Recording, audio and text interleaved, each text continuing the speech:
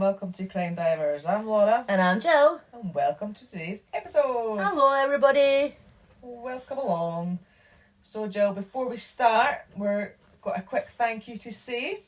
Yes, we would like to say thank you to our newest Patreon, who is William. So thank you very much, William. Yep, your support means the world and we really appreciate does. it very much. Yep, and if anybody else wants to join us on Patreon, it's www.patreon.com/CrimeDivers, and we have different tiers on there, and we have once a month you'll get a bonus episode, and well, a normal bonus episode, and then if you join the higher tier you'll get 2 bonus episodes a month. One of them is the mysterious ones. Yeah, mysterious series. So yeah, as I said, if anybody wants to join us, then you're welcome. And head on And over. we'd love to see you there. Absolutely. So, back to today's case. Where in the world are we? We're in Russia. Russia? Mm-hmm. Oh God, I can just sense there's going to be issues with names here. Okay, what's the title? The Russian Dollmaker. Mm-hmm. So if anybody that knows Jill, she knows that she struggles with names from places. So and anybody that doesn't, well, you're in for a treat. Well, I've tried. I try and write things out phonetically, so because I do look things up. So we'll see how we get on. Shall we dive in? Yeah. Okay. Let's dive in. Okay. I'm actually just thinking. I'm not sure quite how to pronounce this guy's name. I think it's Anatoly. Anatoly. I knew how to do this before. Yurovich, that's it. Anatoly Yurovich Moskvin. Oh my God, that is a bit of a Right, it's just Anatoly, right? We don't need to know the rest of it, right? Okay, got it. Right, so he was born on the 1st of September 1966, and he was an only child to Elvira and Yuri in a city called Gorky in Russia, which is now known as Nizhny Novgorod. Okay. I really do apologise. I'll do that now. Please don't be offended if I get the pronunciation wrong. I'm trying. Well, it's difficult. They do have difficult names. So I know, but you're trying your best. That's I know, but some people just get annoyed when you pronounce things wrong, and I know, but it's just I know. they are particularly hard pronunciations, I think. So I mean, Yeah. I will forgive you. Hopefully, the listeners will forgive you as well, and if not, then we're really sorry. Right, so as a child he was really intelligent and he did really well at school, but he had trouble making friends. So instead of going out to play, he would just sit in the house and read. So every day he was just learning more and more, and he ended up being able to speak 13 languages. Wow. As over the years as an adult, he ended up being able to speak 13 languages. That's impressive. I can barely speak one. Well, I know. Exactly, that's very impressive. I know, so he was obviously a very intelligent guy. So his childhood had been pretty uneventful up until one day he was violently raped by an older man as he was walking to school. Oh God. And then a few years later he claimed that one day when he was 12 he was walking home from school and a group of men wearing black suits stopped him. They were on their way to the funeral of an 11-year-old called Natasha Petrova. She had died from an accidental See? I even pronounce the words. She was electrocuted. Electrocution. She had died from an accidental electrocution. Oh my God. Say it for me. You're supposed to help me out here. She was electrocuted. No, she died from accidental electrocution. Right, well, you've said it now. Oh, you could have said it for me. Electrocution. Well, she was having a bath. Oh, shit. Yeah, so I'm not quite sure what happened, but that's what happened. Right. And Anatoly said that these men dragged him to the coffin, and either he or her mum, I'm not sure which because there was different accounts, but somebody pushed his head down and forced him to kiss the girl's corpse. Okay. Which I also did read that that's a thing in Russia. Like, you're not forced to kiss, but like at funerals, I think if they have the open casket and you kiss them. So I don't know why they dragged them there and forced them. That's but anyway. random, considering if he's got nothing to do with the family. What? If he's got nothing, Sorry, I wasn't even listening to you there at all. Why would they drag a random person to somebody that they know's funeral and make them do that? Well, I think the reason is what I'm about to tell you, but I'm not sure if that was the reason why they dragged him there or it just happened when he was there. I don't know, but I'm about to tell you. So, Okay. So as an adult, Anatoly was a journalist, and he shared that story to Necrologies, which is a weekly publication dedicated to cemeteries and obituaries. Okay. So he went on to write that he kissed her again and again, because he kissed her first, and then, like, he'd been forced to kiss her, and then he liked it, so he kissed her again and again. And then Natasha's mother put a wedding ring on Anatoly's fingers, and one and another one on Natasha's. What? Yeah. So I don't know if he was dragged especially for this to get married, or if they just did it while he was there. Like, oh, you're here now, you've kissed him, so we're going to do it. I'm going to get into it. So this is just, like, sounding really strange, because why the hell would you... She's dead. The poor girl's dead. Yeah. She's 11. Yeah. And he's... What was he, 12? I'm just like, yeah, carry on, because I'm just, like, really lost. In the article he said, quote, "My strange marriage with Natasha Petrova was useful," end quote. But I've no idea why. I don't know what was useful about that. But yeah, that's what happened. Like, but, I mean, did the mother want her daughter to be married? But obviously, unfortunately, she died when she was 11. I know. I don't know. That seems very strange. But as I said, like, I don't know if he was dragged there because it was like, oh, there's a little boy. Mm-hmm. Or, because why else would they drag him there? Well, yeah, exactly. But why? I don't know. We're not going to find out either, so... I was just thinking... That's just what happened. Yeah, it just sounds very strange. Yeah. I'd love to know the reasoning behind that. I mean, I know you're not going to tell me. No, because I don't know. But I just think that's just something really strange to do. Yeah. Like, I can't even understand in my head why that would even happen, so that's annoying. Yeah. I think it's not like a custom in Russia then, is it? I wouldn't think so. I mean, because it's obviously not going to be legal, so I mean, what's the point in it? Maybe the mother has some... I know, but they don't even know each other. But I don't know. There's no point in going round and round. We don't know. So... He said that he started dreaming about Natasha, and he said that he really did feel like he was married to a ghost. I mean, the dreams became so frequent that it actually started freaking him out. He really did think he was married to a dead girl. I mean, he was still just a child himself, and he probably had no idea how it actually works to get married. You know, he thought he was married to her because there had been rings. Mm-hmm. I mean, I'm assuming he wouldn't have known that, but obviously it's not legal. Like, you need to have it, it's got to be legal. Like, you know, you have to have the documents and sign things and have witnesses and all that kind of stuff. Mm-hmm. So as a 12-year-old, he thought he was married to a dead girl, right. Which is understandable because he's like, what the fuck is going on? Mm-hmm. I've kissed this girl and her mother has put wedding rings on us, so we're married. I mean, that's going to fuck you up. That's fucking me up. I'm like, what? I just don't understand what the hell's going on here. Like, what? I just don't get it. That's just the strangest thing I've ever heard in my life. Mm-hmm. So he was dreaming about Natasha every night, and one night she came to him in his dream and told her to go back to the exact spot where he had kissed her and married her, and she would teach him how to do black magic. So he didn't want to, and he told her no. But Natasha kept coming back every night, and she would get more and more angry with him every time he said no. So eventually he said he would go to the place that he married her, and he did. The following morning, he walked past the exact spot, and then he went home. And Natasha didn't come to him in his dream that night, so he was like, cool, I did what she asked, so she's gone now. The dreams are going to stop. I can go back to normal. And he had a peaceful few nights' sleep. But then she did return, demanding that he learned how to do black magic. So he was so freaked out by now, which he would be, that he told his parents, and they took him to the doctor. Did they not tell his parents about the whole thing in the first place? I don't know. Maybe, but... I don't know. So, yeah, they took him to the doctor, but the really helpful doctor just told him that it was probably just puberty, you know, hormones and all that. Right. And that he had a vivid imagination.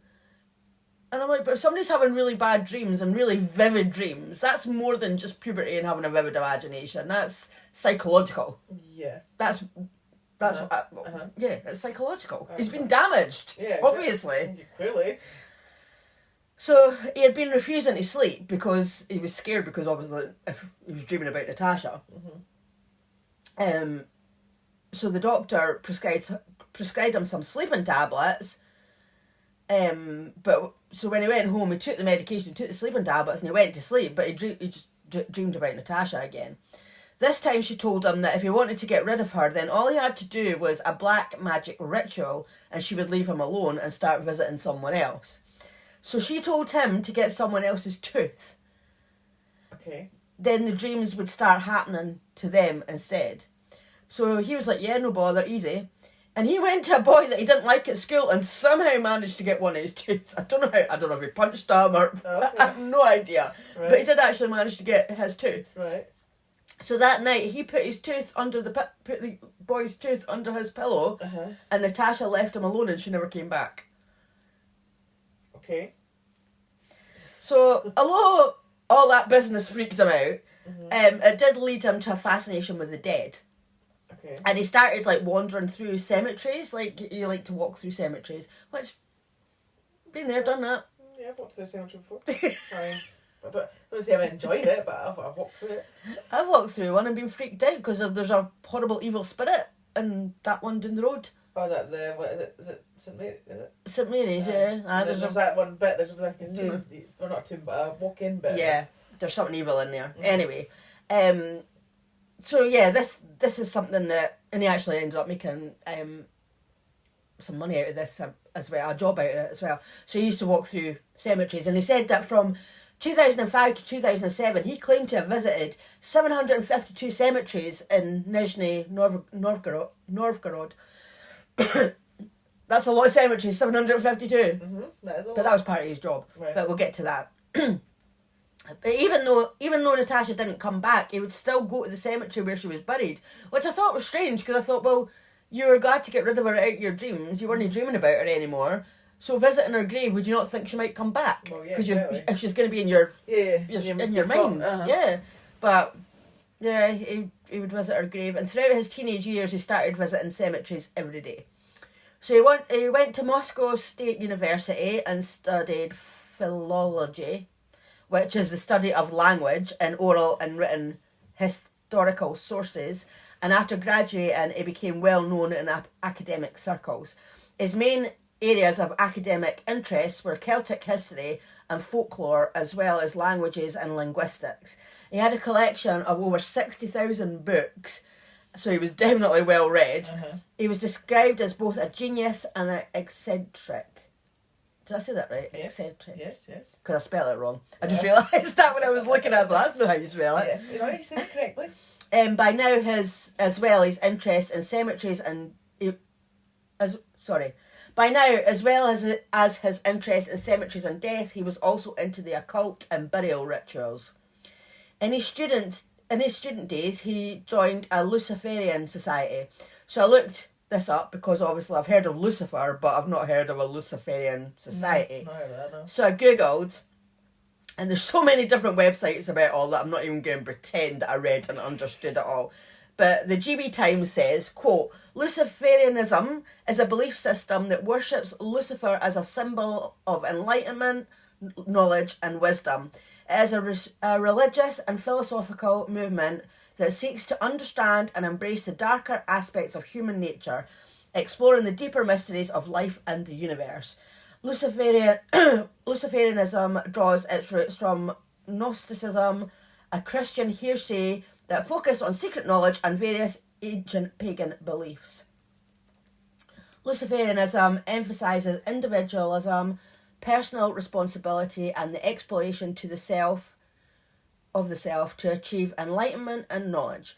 The religion believes that humans can transcend their limited physical form to become godlike beings through self-improvement and mastery. It also promotes the idea of balance between light and dark, good and evil, and that these opposing forces are necessary for growth and evolution. Luciferian magic is a type of ceremonial magic that focuses on self-improvement and the exploration of the self. It involves the use of rituals, spells, and exercises to unlock inner potential and achieve personal enlightenment. Luciferian magic also emphasises the use of nature and natural energies to enhance spiritual development. So there's a whole lot more of information about it on the internet. So if you're interested, you should definitely take a look. But from reading that, I was just like, what? Mm-hmm. It's not my thing. No. I don't really understand it. No. But obviously, I thought if anybody else wants to know what it is, you know. Mm-hmm. But for me, no. Yeah. Most of that went over my head. Yeah, because if you're honest, it kind of went over my head. Yeah, I knew it would, but it's not going to go over everybody's head. So, you know, we're talking to lots of people here who are listening. So,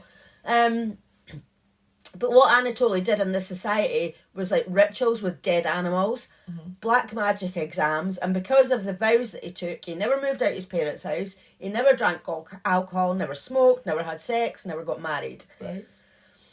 So he went on to work at Nizhny Novgorod Linguistic University as a lecturer in Celtic studies. He has written several books, papers and translations, and he also worked occasionally as a journalist and regularly wrote for local newspapers and publications. He even wrote a dictionary, like a Russian to, or English to Russian, or Russian to English dictionary.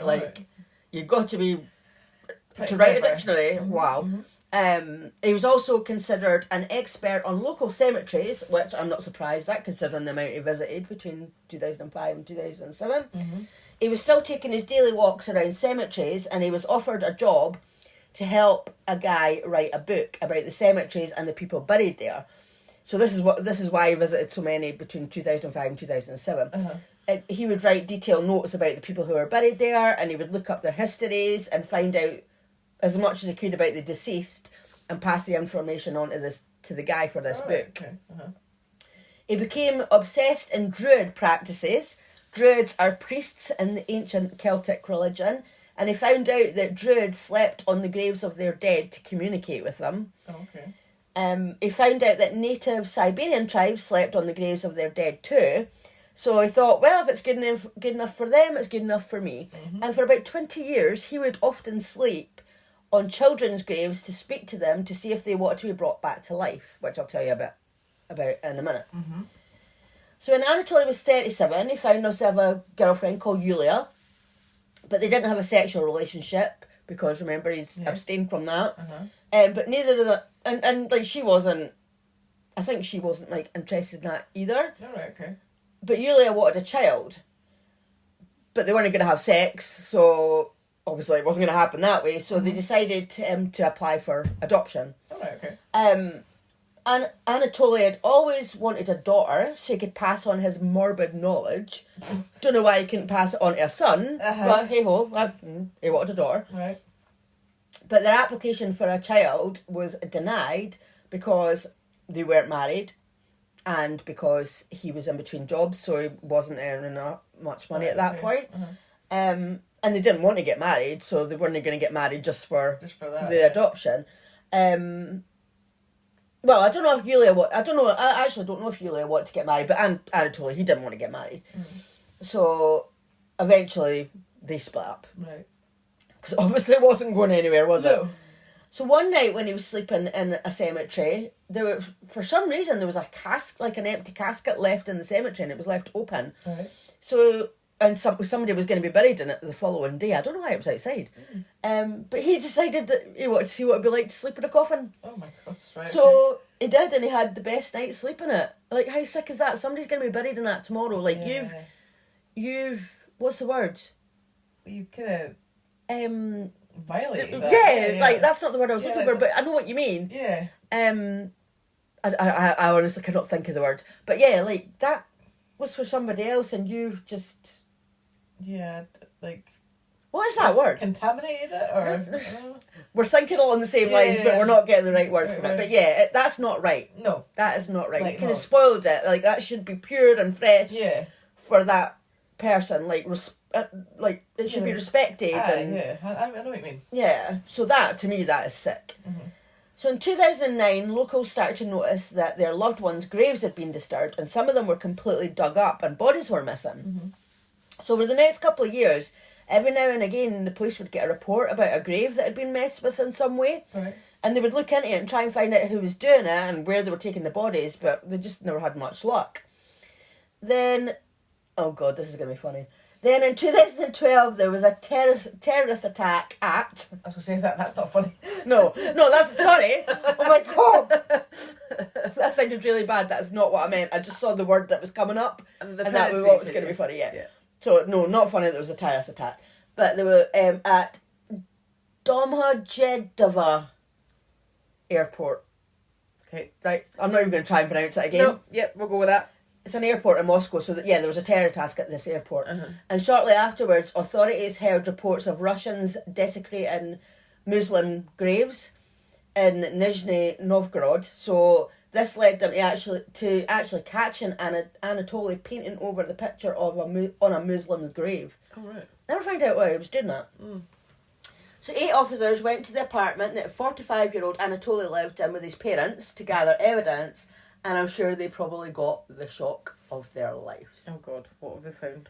They found life-size dolls all over the place. Mm-hmm. Some were sitting on shelves, some were on the couch, some were standing up against the walls, some were just scattered around in places. It just wasn't very tidy. Some of them had makeup on, some of them wore dresses, some wore knee-high boots, and they were just a collection of creepy dolls. Anatoly was taken to the police station for questioning while some of the officers stayed behind to continue searching the apartment, looking for any kind of clues to prove that he was the one that had been desecrating all these graves. Yeah. As they were searching, an officer moved one of the dolls and it started playing music. Right. And there were also like doll making manuals nearby, so they thought, well, if he's been making the dolls, if he's put a music box in this one, maybe he's hidden evidence. And others. Yeah. So they decided to open up some of the dolls, and when they opened up, they realised that these weren't dolls. Were they people? These were they corpses? were the mummified corpses of human girls. 26 of them. Oh my God. Oh no. So they were all seized and taken to the lab to be examined, and these children had been aged between 3 and 12 years old. Oh my God. So to go back to him sleeping on children's graves, Mm-hmm. he would read the obituaries in the paper, and when he found one where there'd been a little girl that had died, he would check to see how she had died first, because he would only want one that wasn't damaged on the outside. So obviously if they'd had a bad accident or been in a fire and were damaged, that wasn't he didn't want one like that. Right. So he would find one. He would sleep on their grave to find out if, because remember he communicates. That's why the Druids and the Siberians. They would sleep on the grave. He would sleep on the grave to find out if their spirit wanted to be brought back to life. Right. And he said that he never dug up a grave without the permission of the child. So he was communicating and asking if they want brought back, and they've said yes. And it's very difficult, that, isn't it? Because there's obviously mental illness there, isn't there? Like you can't say there isn't, because it's hard to think that that's going to be the case. Like, I mean, I'd like to think that there's, a way of communicating with, things like that, but I find it hard to believe sometimes that really does happen.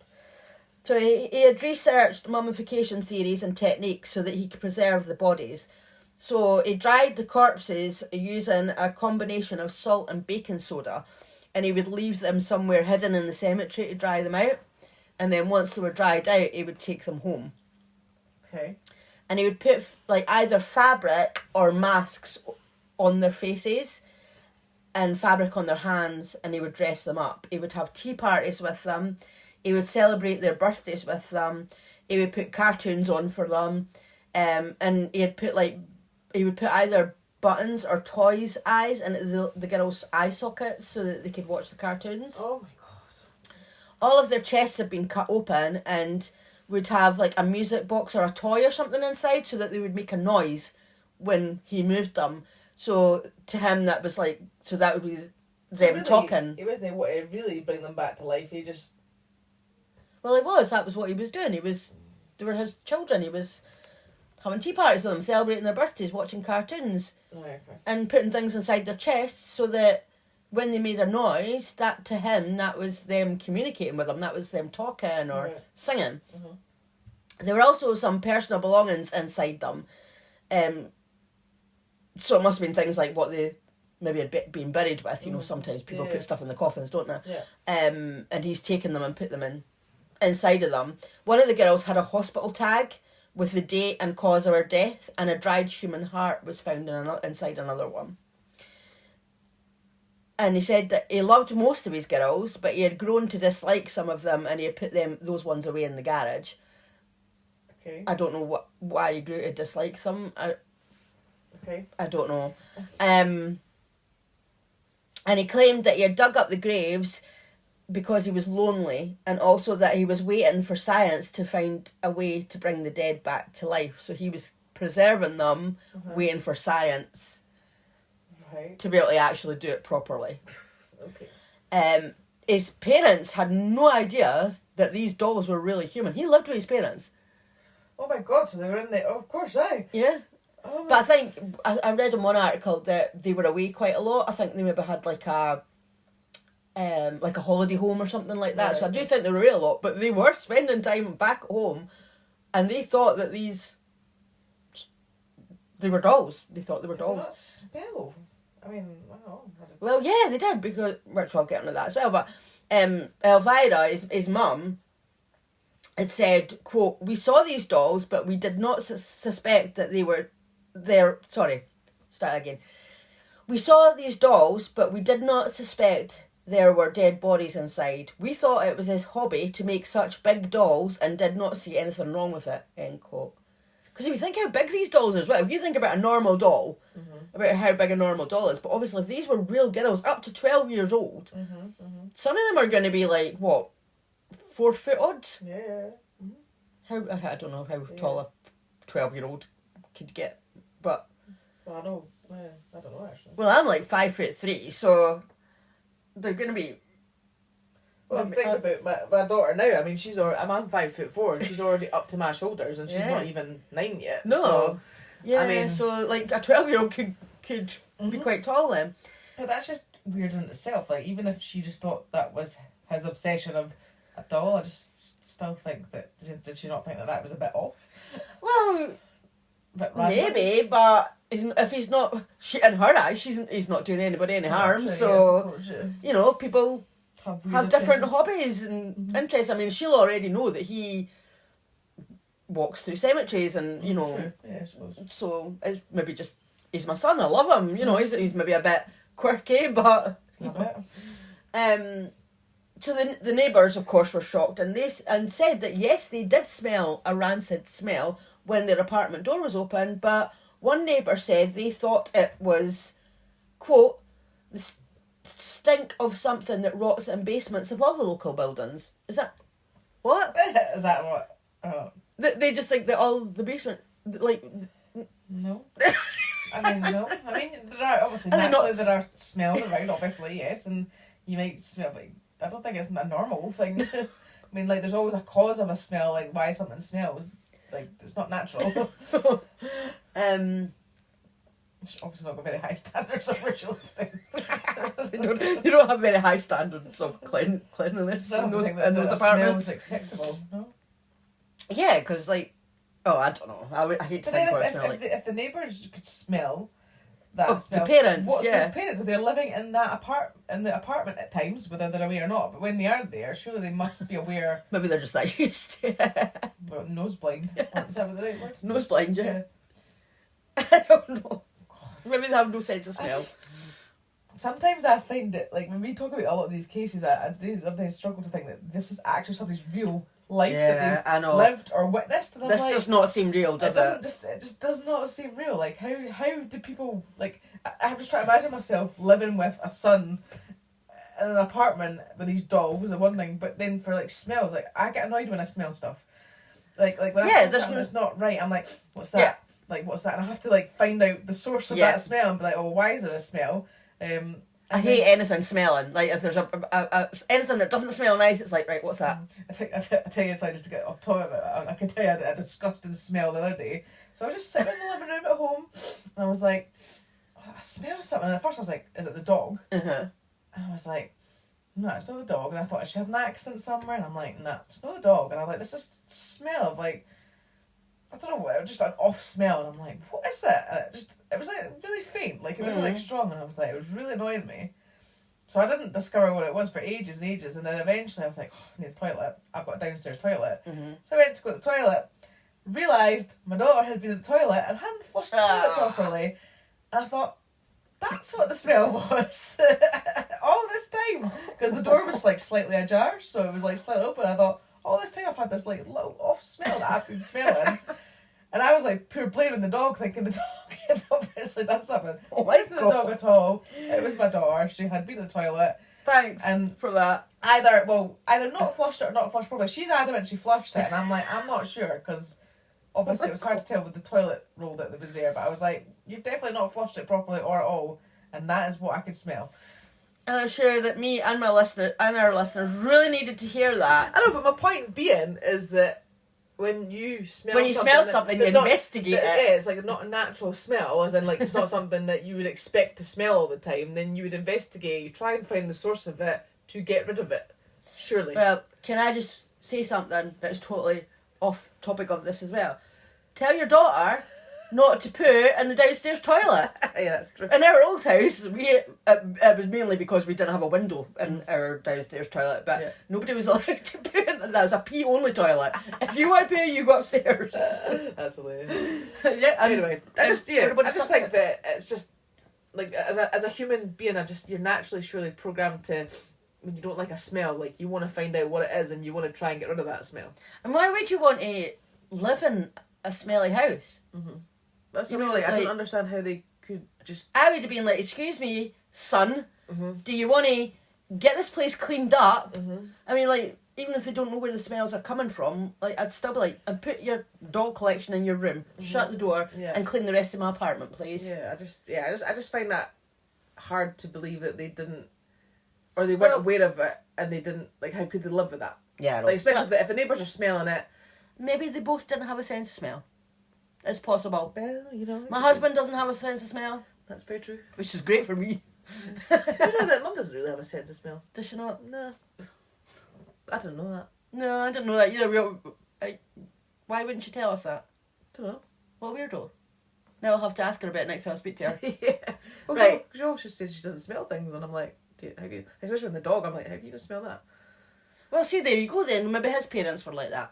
Maybe. So, Anatoly said that he was aware that he was committing a crime, but he felt that the dead children were calling out to be rescued, and he believed that rescuing children was more important than obeying the law. But they're dead. I know. I mean, obviously, as terrible as it is that they are dead, they are dead. Yeah, I like, know. You're not going to save them. They're dead. They're past saving, you know, they are dead and buried. Like, you know, they're not savable, unfortunately. Police also found name plaques taken from gravestones, maps of loads of cemeteries, photos of gravestones, photos of open graves, and even pieces of gravestones in his apartment, none of which were connected to the girls that he had in his apartment. So these were from other graves. Right. So they suspected that Anatoly had desecrated as many as 150 graves. That's so disrespectful. That's completely. So, of course, the police had to identify the girls, and it wasn't that easy, as although most of them were in Nizhny Novgorod region, some of them were actually a lot further away, and Anatoly had been making dolls for like nearly 10 years. So, it wasn't that easy to track them down. But one of the girls who was identified, so actually she was the first one who he had mummified, and she was Olga Chardamova, and she had only been 10 years old when she had been murdered. So it was the first time her parents had let her walk by herself from their flat to her grandma's, who she just lived in the next block. Right. And a man with a drug addiction had been waiting in the lobby of their block of flats for someone to rob. Wow. So Olga had obviously been the first person to come along. So he forced Olga back up to the top floor and stole her earrings. And she then tried to escape, so he hit her over the head with a metal bar, and she died. Oh, shit. So the man hid her body behind pipes in the attic of the block of flats, and her remains weren't found until 5 months later. Shit. So can you imagine her parents' horror when they find out that their little girl had been dug up and kept as a doll, especially after it's bad enough your child has died, but the fact that your child has been murdered, and the thing is as well, she wouldn't have been. This is going to sound horrible, but she wouldn't have been perfect. She was hit over the head, because remember he only took girls that didn't have any damage on the outside, and surely she would have had been in a certain state of decomposition because she hadn't been found for 5 months. Obviously, I know when you do get buried and stuff like that, they'll sort of preserve you a bit, but that's normally not been left for 5 months. Yeah, so she couldn't have been in a very great state either. But she was the first one, so maybe it maybe changed the way you thought after that. But her mum Natalia said, quote, "We buried her on October the 2nd, 2002. I could never imagine that almost exactly 10 years later, on October the 5th, 2012, I would open her grave with the police and find her remains had vanished. Her coffin was empty with a hole at the top from which she had pulled the remains. You can't begin to imagine it, that someone would touch the grave of your child, the most holy place in this world for you. We had been visiting the grave of our child for 9 years and we had no idea it was empty. Instead, she was in this beast's apartment." Wow. End quote. So hopefully all the other girls were identified so they could finally rest in peace away from this monster, because that was the only one that I found information about. So Anatoly Moskvin was charged under Article 244 of the Criminal Code for the desecration of graves and dead bodies, a charge which carried up to 5 years in prison. 5 years? Yeah.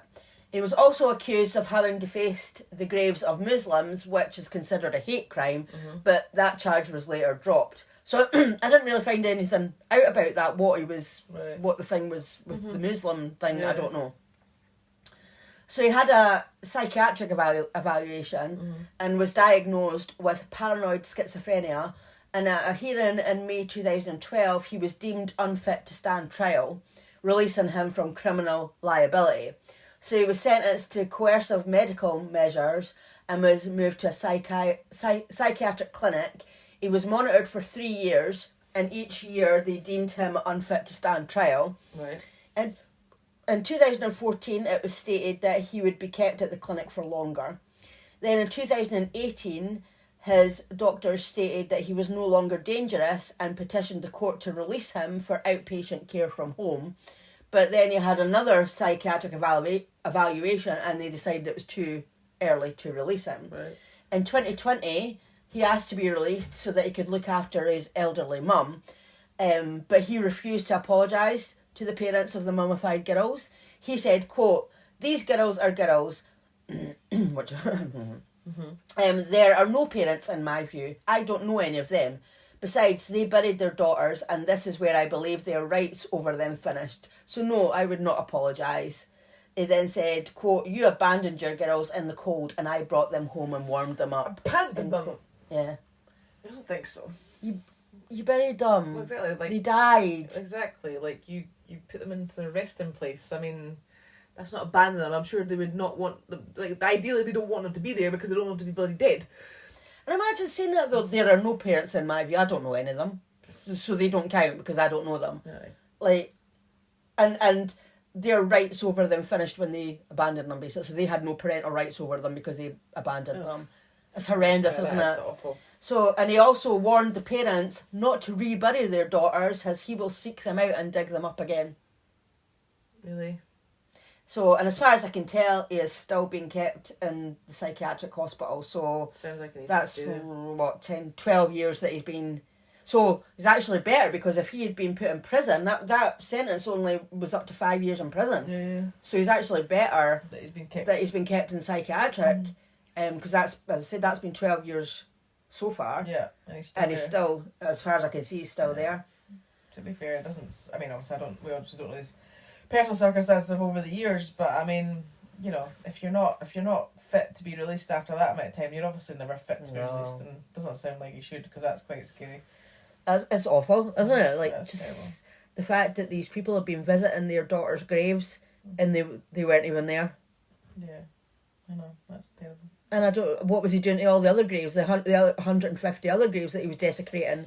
What was he doing there? I don't know. I hate to imagine, but is it? I say it's amazing because I don't mean that as an way, but like cemeteries, I would say, are, I mean, unless he's doing it in the dead of the night, I guess, but you know, they're obviously frequently visited places where people are visiting their loved ones and stuff, and it's amazing that... He must have been doing it at night, because remember he was Yeah. sleeping on graves and stuff, so he was actually spending time there, and he said that he would, I think I read something like he would drink water out of the puddles and stuff, and just to kind of, you know, keep hydrated and things like that. I don't know why he didn't take supplies with him. But then he must have, like, you know, because if he's dug these graves up, he's had to redo them. He's obviously like done it enough that people don't notice that it's been unsettled. I don't know, but... And then obviously had to transport bodies to places. Well, he's hidden them first. No, how you hidden them to dry them out, and then he's had to transport them. I mean, I don't know all the ins and outs of it. Gone into that process, because that's not just a spur of the moment, right, I'm going to do that. He's obviously had to carefully think and plan about how he's going about that to have all that done without anybody realising that that's what's happened. Like, that's... And his mum and dad must have had to be away for a lot for him to do it, to actually mummify, yeah, exactly. and like, but oh. Yeah, that, I mean, crazy. Absolutely awful. So I'm glad. I mean, it's awful that for anybody, you know, he's got mental illness, all the rest of it, but he's where he belongs. Then, if he's in a psychiatric clinic or whatever hospital, then he's where he belongs. Exactly. He obviously needs to be there. I know. So thank you to everybody for listening, and we'll see you next time. Bye. Bye.